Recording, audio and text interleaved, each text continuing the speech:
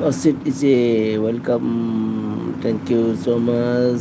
LB the Lapabita Motor first Daidan King in Europa said now I'm boxing King in Europa Tumhabo Tumri Mama Kitchen LB the Toropatanga Jita Jerry Tumaba.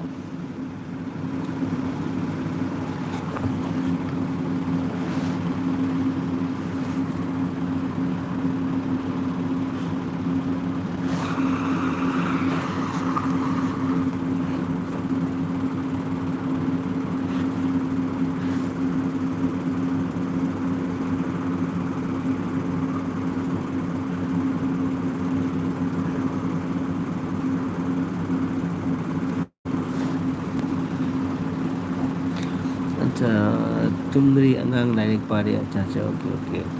Kanyang jaga chat. Aku nasi chicken fish tikka dogagi chicken curry ka rice ka char.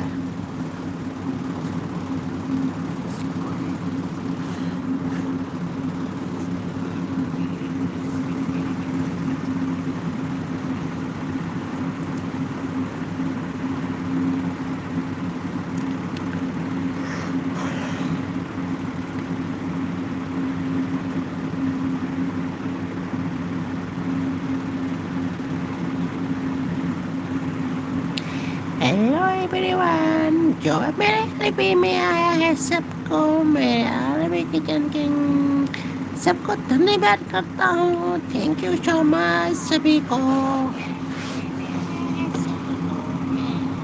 Asit Norem Block says hi Tiger. Hi Asit Norem Block says hi.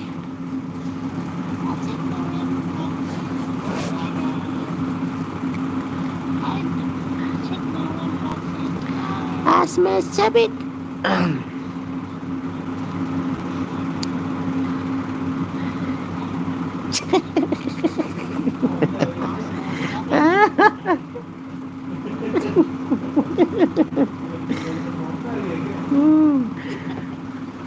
जितना रात होते जाएगा उतना form में आएगा. क्यों?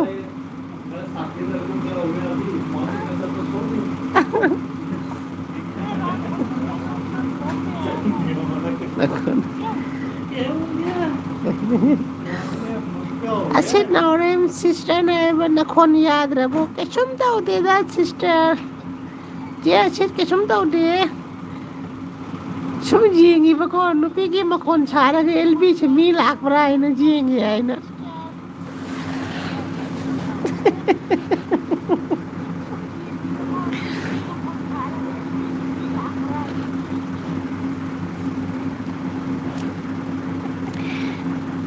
आज रानू मंडल का गाना गाने का मन बहुत कर रहा है रे. रानू मंडल वाला गाना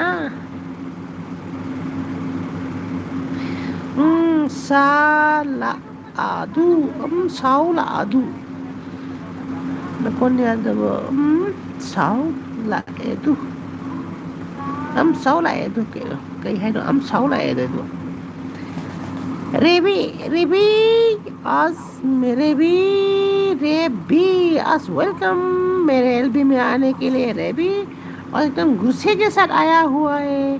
तो आज से आप इतने गुस्से करके आए तो ऐसा लग रहा है मैं तो डर गई, मैं तो डर गई रेवी।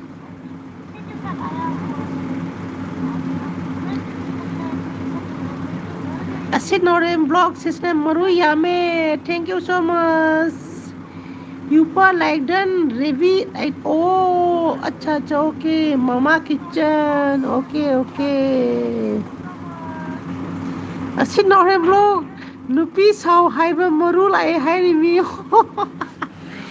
Okay, thank you so much. आज मैं ओरिजिनल औरत ही बन रहा हूँ। क्या करूँ, क्या क्या बदलना पड़ेगा मेरे को समझ में नहीं आ रहा है। औरत बनने के लिए क्या क्या करूँ जैसे आप बताइए जरा। अच्छे नौरे इता के एमसी रेबी चे नाय बे यूपा चे थो लगे कौन कोई ना जाओगे ओके चे मसा नुआई ते है मैंने पोठारू रोको चे थैंक यू सो मच मसा नुआई तना ये एलपी दे लाग पे द मंग ता हानिंगा लेतना थग चरे आर्मी की टन की ना चे रेबी इता इरो बचाए चे शिट इता ना इरो बचाए है करी हिंजन चे आगे चे city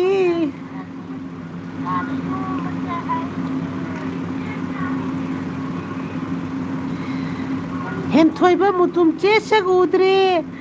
Hentoiba mutum thank you so much. Egi elbi de lakbi de mata. Ato चेगी सक्से जी उठ पर जा रहे बको चेने जी लिपस्टिक छुटे है उधरे आईब्रो छुटे है उधरे अदनो सक्से उठ पर जा रहे बको अदनो सक्से उल्ला रोगे है एक दिन दर लाइफ था वो तो उल्ला के चेगी सक्से में हम शाव बजा देखो हेंटोइबा कई गिनो हाय हेंटोइबा आर्मी क्रिकेटर हेलो ब्रो अरे आर्मी क्रिकेटर मैं ब्रो नहीं हूँ रे मैं सिस्टर हूँ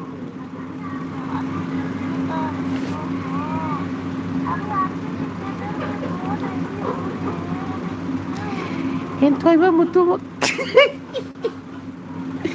Hentoiba mutum aduti talle chi aduti Are hentoiba chaunu ba nang chi talle bo heng amugai heng nong masak uhan nge ba duga lawo ba ko soi dana Asin na oi ma chi kai na hai khare Achin na ore mi chi na ai ba noksale ta oi chi ha hayo जी छिड़की comment से पार गए नोनिंग बना लो रे हायो हेंटोइबा मुतुम bro thank you हेंटोइबा मुतुम bro thank you so much एलपी ते लग बगी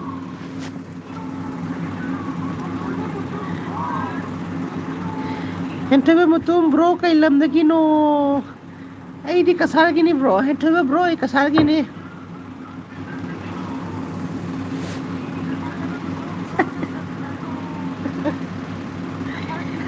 आप दोनों उस बिस्तर में क्या कर रहे हो हैं?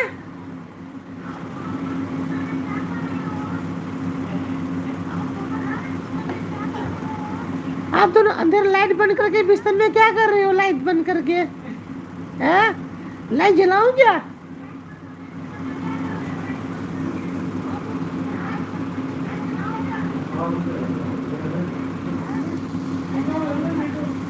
एक बिस्तर में एक ही बंदे का लागू है दो बंदे का नहीं एक बिस्तर में दो नहीं सोने का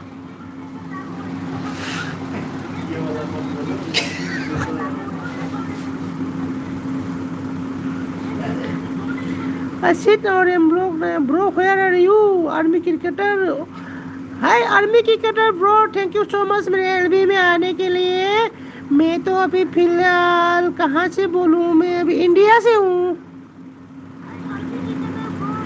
अभी जो भी आर्मी क्रिकेटर के साथ जो भी ज्वाइन कीजिएगा जो जिसके पास ब्लू है वो आर्मी क्रिकेटर के साथ ज्वाइन कीजिए वो मेरा बहुत अच्छा क्रिकेटर है बहुत अच्छा दोस्त है उनके साथ थोड़ा कनेक्ट हो जाइए वो आपको रिटर्न कर देगा Asit no rembro je nang ne. Thank you so much. Cici asit nok pi rak pita magta. Asit Naorem block ꯁꯤꯖꯤꯟꯅꯕ ꯑꯗꯨ ꯂꯥꯛꯄ ꯄꯨꯝꯅꯃꯛꯅ ꯕ꯭ꯔꯣ ꯀꯧꯔꯤꯁꯦ ꯀꯩꯒꯤꯅꯣ? ꯑꯗꯨ ꯂꯥꯛꯄ ꯄꯨꯝꯅꯃꯛꯅ ꯕ꯭ꯔꯣ ꯀꯧꯔꯤꯁꯦ ꯀꯩꯒꯤꯅꯣ?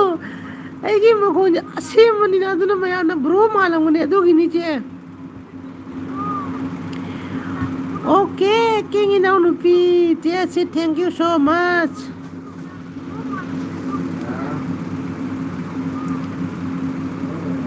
हाँ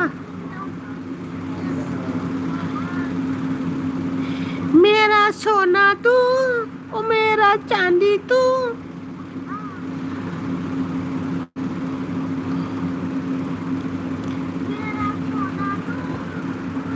ꯆꯦ ꯏꯁꯩ ꯑꯝꯇ ꯇꯥꯁꯤꯔꯣ?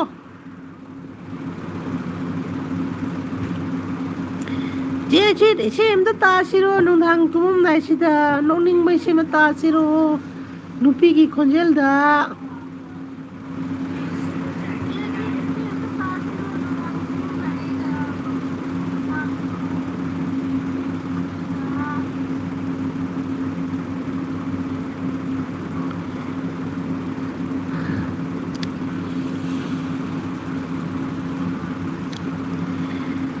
परदेसी परदेसी जाना नहीं जाना नहीं, मुझे छोड़ के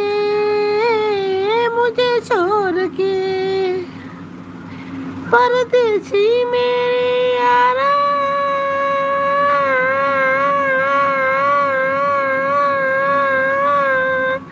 वादा निभाना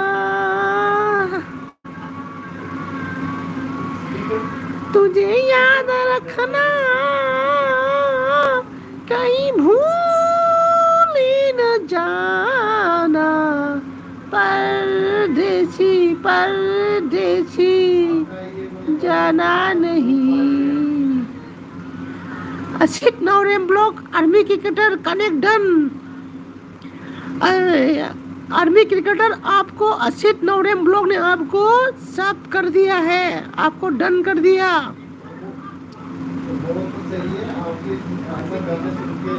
हाँ ओके, तो आप असित नौरेम सिस्टर को आप थैंक यू बोल दीजिएगा, आप कल रिटर्न कर दीजिएगा उनको।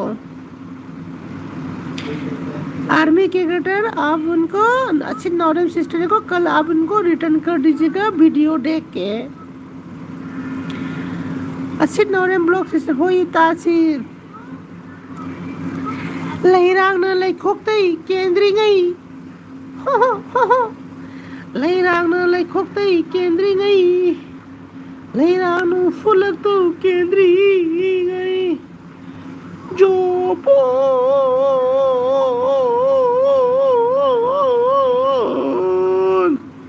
जोबोन punci matamda honang na khoida jabi danami hayrang khoishu palaga nungaina। Asit Naorem block sister ने हरे हरे लोरे लोरे है नक्सले तौरी से अरे असित नौरेम ब्लॉक सोर तारे सांगना चिंगमन खरे ओ सोर तारे सांगना चिंगमन खरे ओके अदुदी छोर से तबत लाउना चिंगगे कोचे हाय हाय होए होए हाय हाय होए होए पतुरबादी आँख लर जाए पतुरबादी मौका मिले तो कदी कदी हाय हाय होए होए पतुरबादी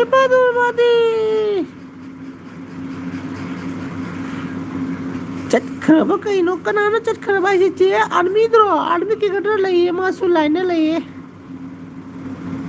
आर्मी क्रिकेटर विशाल भाई जो एक मेरे जो लाइव में जो असित जो नौरेम ब्लॉक है ना उसने आपको कनेक्ट कर दिया है। हाँ मतलब आपको सब्सक्राइब किया हुआ है। हाँ उनका मैं आपको ब्लू देता हूँ, मैं आपको ब्लू देता हूँ, आप उसको रिटर्न दे देना, उसको उसको भी सब कर दो, ठीक है।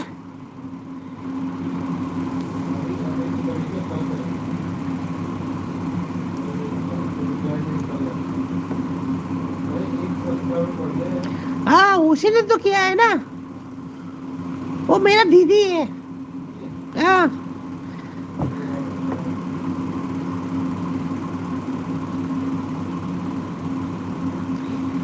ꯑꯁꯤꯇꯥꯔꯝ ꯁꯣꯔꯇꯒ ꯆꯠꯈ꯭ꯔꯕ ꯆꯠꯇꯦ ꯅꯪꯒꯤ ꯅꯨꯄꯤ ꯇꯥꯖꯅꯤ ꯆꯦ ꯑꯁꯤꯅ ꯑꯩꯒꯤ ꯅꯨꯄꯤ ꯇꯥꯖꯅꯤ ꯑꯩꯒꯤ ꯅꯨꯄꯤꯗꯨ ꯇꯥꯔꯁꯨꯕ ꯀꯩꯁꯨꯝ ꯇꯧꯔꯣꯏꯌꯦ ꯆꯦ ꯑꯁꯤ ꯑꯩꯒꯤ ꯃꯥꯜꯀꯤꯟꯗꯣ ꯑꯩꯅꯅꯦ ꯑꯔꯥꯝꯁꯦ ꯄꯇꯥꯏꯔꯒ ꯊꯝꯃꯦꯕꯀꯣ ꯑꯗꯨꯅ ꯃꯥ ꯀꯩꯁꯨꯝ ꯍꯥꯏꯔꯣꯏꯕ ꯑꯩꯅ ꯍꯥꯏꯕꯗ